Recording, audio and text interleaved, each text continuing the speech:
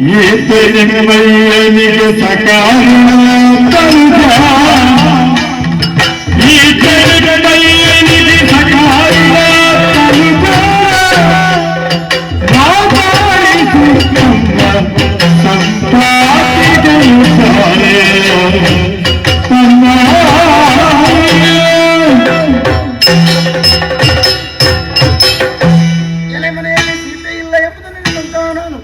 ಹಾಗೆ ಹೊರಟು ಮುಂದೆರೆದು ಬರುವಾಗ ಇಲ್ಲಿ ಜಟಾಯು ನೋಡು ಬಿದ್ದು ಹೊಡೆದಾಡುತ್ತಾ ಇದ್ದಾನೆ.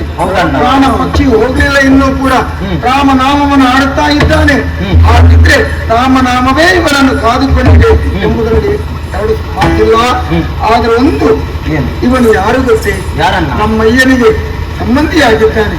ಆದ್ದರಿಂದ ಉಪಕಾರ ಮಾಡಿದವನಿಗೆ ಪ್ರತಿ ಉಪಕಾರವನ್ನು ಮಾಡಬೇಕಾದ್ದು ಸೂರ್ಯವಂಶ ಅಂತ ನಮ್ಮ ಕರ್ತವ್ಯ. ಅದಕ್ಕಾಗಿ ಅವರನ್ನು ಮಾತನಾಡಿಸೋಣ.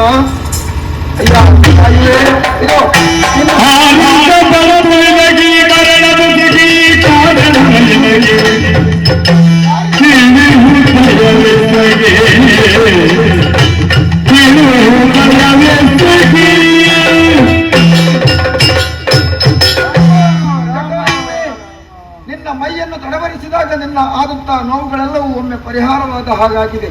ಒಮ್ಮೆ ಎದ್ದು ನನ್ನ ಮುಖವನ್ನು ನೋಡುತ್ತಾ ಇರುವೆಯಲ್ಲ, ನಿನ್ನಲ್ಲಿ ನಾನು ಕೇಳುತ್ತಾ ಇದ್ದೇನೆ, ಯಾರಿಂದ ನಿನಗೆ ಈ ಕಷ್ಟ ಬಂತು ಹೇಳಪ್ಪ ನನ್ನಲ್ಲಿ.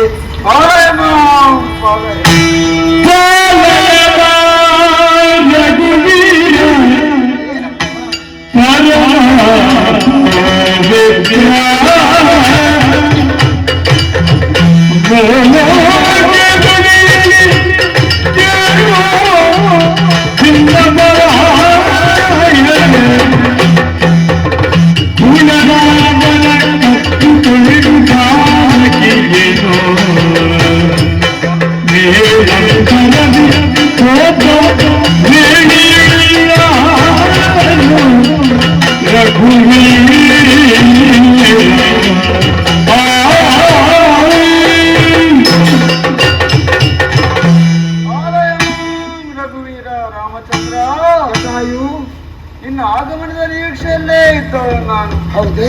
ಹಾಗೆಂದು ನಿಮಗೆ ಅಲ್ಲ, ನಿನಗೆ ಕೊಟ್ಟ ಮಾತಿನಂತೆ ಈ ದಂಡಕಾರಣ್ಯದಲ್ಲಿ ನಿಮ್ಮ ಪರ್ಣಕುಟೀರ ಸುತ್ತ ಹಾರಾಡುತ್ತಾ ಇದ್ದವನು. ಸರಿಯಪ್ಪ.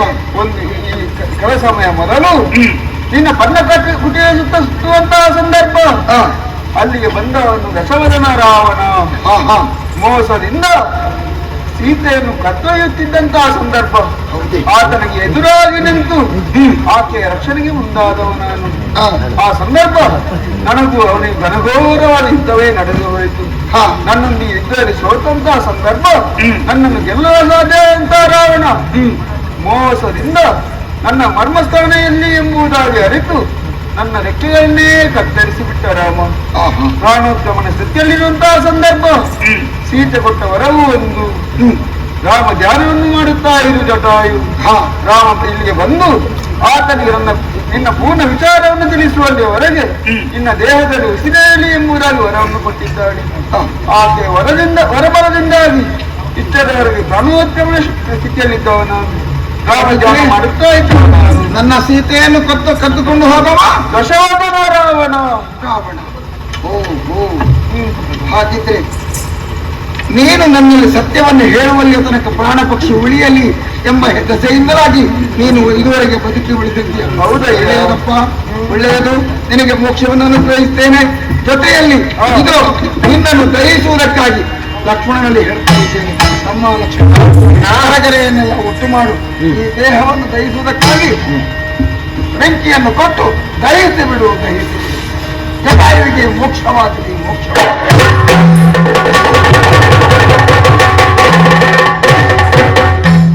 ಜಟಾಯು ನಮಗೆ ಸತ್ಯ ವಿಚಾರವನ್ನು ಹೇಳಿದ್ದಾನೆ.